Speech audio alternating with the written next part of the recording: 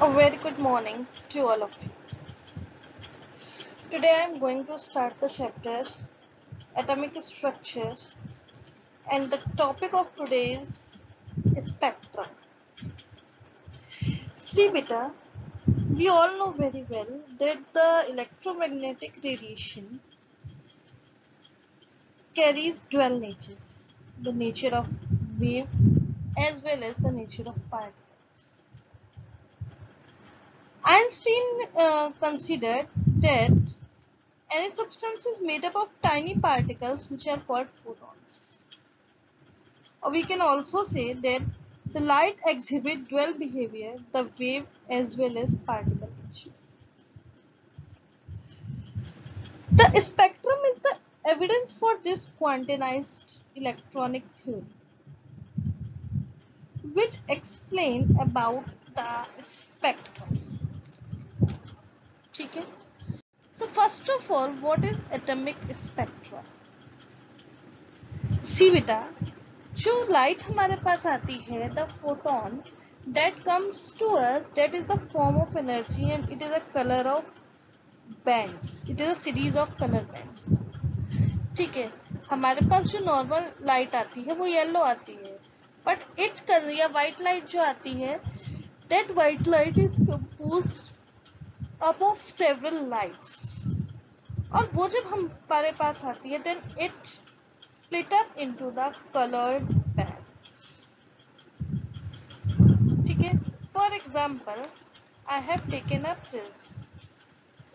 ठीक है, इस पे हमारी जो नॉर्मल सनलाइट पड़ती है, when it fall upon a prism then it get reflected from the path and again it dispersed into several colors, that is vibgyor, violet, indigo, blue, green, yellow, orange and red vibgyor ऐसे split up होती है. So basically the splitting of light in color bands, that is known as dispersion, and this series is known as spectrum. Spectrum क्या है? जब light का dispersion होता है वो डिस्पर्स्ड होती है कलर्ड बैंड्स में, तो जो सीरीज होती है कलर्ड बैंड्स की, that is known as spectrum. At the branch of science in which we study about spectra or which we deal about spectra, that is known as spectroscopy. ठीक है, that is known as spectroscopy. Basically, the spectrum is classified in two categories: the emission spectrum and the absorption spectrum. First of all, we will discuss about emission spectrum. See beta, if any substance is absorbing some energy, ठीक है, एक आपका substance है, suppose there is a substance, this is a substance on which a particular energy is going to be formed. ठीक है, और जब वो एनर्जी पड़ रही है तो क्या कर रहा है, उस एनर्जी को एब्जॉर्ब कर रहा है. ठीक है, कैसे भी हो, आइदर वो इलेक्ट्रिक डिस्चार्ज से हो और कैसे भी, अगर वो लाइट एब्जॉर्ब कर रहा है तो when it absorb the light, in result it will emit back a radiation. For example, अगर हम एक मेटेलिक प्लेट लेते हैं, I have taken a metallic plate over here. When a light of a particular wavelength fall on it, what will happen? यहाँ से एक proper electron होते हैं जो emit होते हैं, eject होते हैं. ठीक है, so this is spectrum और radiation. यहाँ पे similarly जो spectrum और radiation जो यहाँ से emit हो रहा है, कब? When this surface absorb a energy. So this emitted spectrum is known as emission spectrum. ठीक है, अब फॉर एग्जाम्पल ये जो मेटल था, एटम, मॉलिक्यूल, आयन, किसी का भी जो है मेटल इस फॉर्म ऑफ या जो भी सब्सटेंस है, जब इस पे लाइट फॉल अप होगी, so what will happen, the electrons of these substance get excited इन, ठीक है, ये रेडिएशन। फॉर एग्जाम्पल अगर आप ही हो, आप एक सीट पे बैठे हो, ठीक है, वहां से अगर आपको मोटिवेशन मिलता है नहीं उठो यहाँ से, उठो, आप नहीं उठ रहे हो, और कोई आपको आके वहां पे मार के उठाए, तो क्या होगा, आपको एनर्जी मिलेगी उससे, आप वहां पे एक्साइटेड स्टेट में जाओगे कि why are you hitting me, और आप वहां से उठ जाओगे।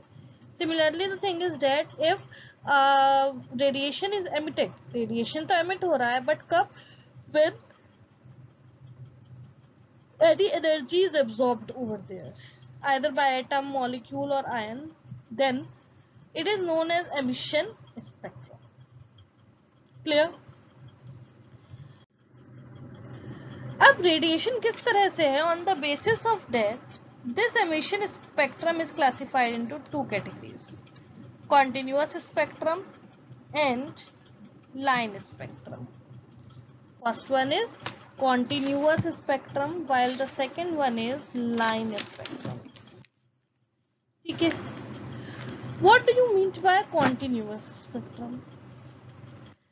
सी बेटा, इसमें कॉन्टिन्यूटी होती है कलर की। फॉर एग्जाम्पल अभी मैंने आपको एग्जाम्पल दिया था कि when a normal light fall upon prism और इसका डिस्पर्जन होता है तो 7 डिफरेंट कलर्स में डिफरेंशिएट होती है, एंड द पैटर्न इज विबग्यू, violet, indigo, blue, green, yellow, orange और रेड। ठीक है, so basically this spectrum have continuity in colours. ठीक है, और एक कलर दूसरे से मर्ज होता है, दूसरा तीसरे से, देयर इज नो गैप। आप यहाँ पे डायग्राम देखिए, there is not any gap, VIBGYOR है और उसके बीच में कोई भी गैप नहीं है। 1 2 3 सारे कलर आपस में मर्ज अप है विदाउट एनी गैप और डिसकंटिन्यूटी। ठीक है, that's why this is known as continuous spectrum. While the second one is line spectrum. Line spectrum means line spectrum जो होता है हमारा गैसियस फेज से आता है। इसमें क्या होता है, for example I have given you a specific wavelength in dark space. ठीक है, so there will be a gapping in between them. For example एक सोर्स ऑफ कॉन्टिन्यूअस स्पेक्ट्रम है, ठीक है, आई विल यहाँ पे मर्जिंग हो रही है, that is continuous spectrum, continuous तो है but in between that some dark lines are coming over. These lines means जब emission spectrum gaseous phase में होगा तभी ये lines आएंगी। This is known as line spectrum. Clear? Now what do you mean by absorption spectrum? पहला emission था, उसके दो टाइप थे। Now what do you mean by absorption? See, अभी मैंने आपको बताया कि सपोज आपने फोटोग्राफिक देखी और उस पर क्या हुआ, एक प्रॉपर वेवलेंथ की लाइट फॉलो अप हो रही है, सो व्हाट विल हैपन कि वो उस वेवलेंथ की लाइट को अपने अंदर एब्सॉर्ब करेगी। ठीक है ना, वो अपने अंदर उसको क्या करेगी, एब्सॉर्ब करेगी, जिसके रिटर्न में एमिशन होगा। So basically the absorption spectrum is just opposite of emission. In absorption spectrum it absorbs a radiation of certain wavelength. और जो मिसिंग वेवलेंथ होती है बीच बीच में वहां पे डार्क स्पेस हो जाता है। For example I have given you a light in between 10 hertz to 200 megahertz, 10 megahertz से 200 मेगाहर्ट्ज तक। सो बीच बीच में मान लो 13 पे, 15 पे, 18 पे, there is some gapping between them where the absorption is not getting place, so that over there a dark space will become which if, ठीक है, there will be a dark space come in between which is absorption। ठीक है, for example hot gas है, इस पे follow up हुआ तो ये आ गया एमिशन स्पेक्ट्रम। वाइल एब्जॉर्प्शन में क्या होगा, हाई डेंसिटी का मैटर है that comes contact in cold gas, तो क्या होगा, वो चीजों को एब्जॉर्ब करेगा, प्रॉपर लाइटेड होगा लेकिन बीच बीच में डार्क बैंड्स आ जाएगा। Now the Bohr's model for hydrogen atom. See बेटा, Bohr's model was given by Niels Bohr. ठीक है, he gave this hydrogen model in 1913. It is completely based upon Planck quantum theory. ठीक है, so before Bohr's model, as it is it depends upon Planck quantum theory, so we will study what is Planck quantum theory. What Planck says, Planck says that the light which is coming to us either in any source, जो भी light हमारे पास आ रही है, continuous or discontinuous in any way, it is coming in a packet of discrete lights. Small packets होते हैं. A single packet is known as quanta. In case of light, that is known as photon. ठीक है.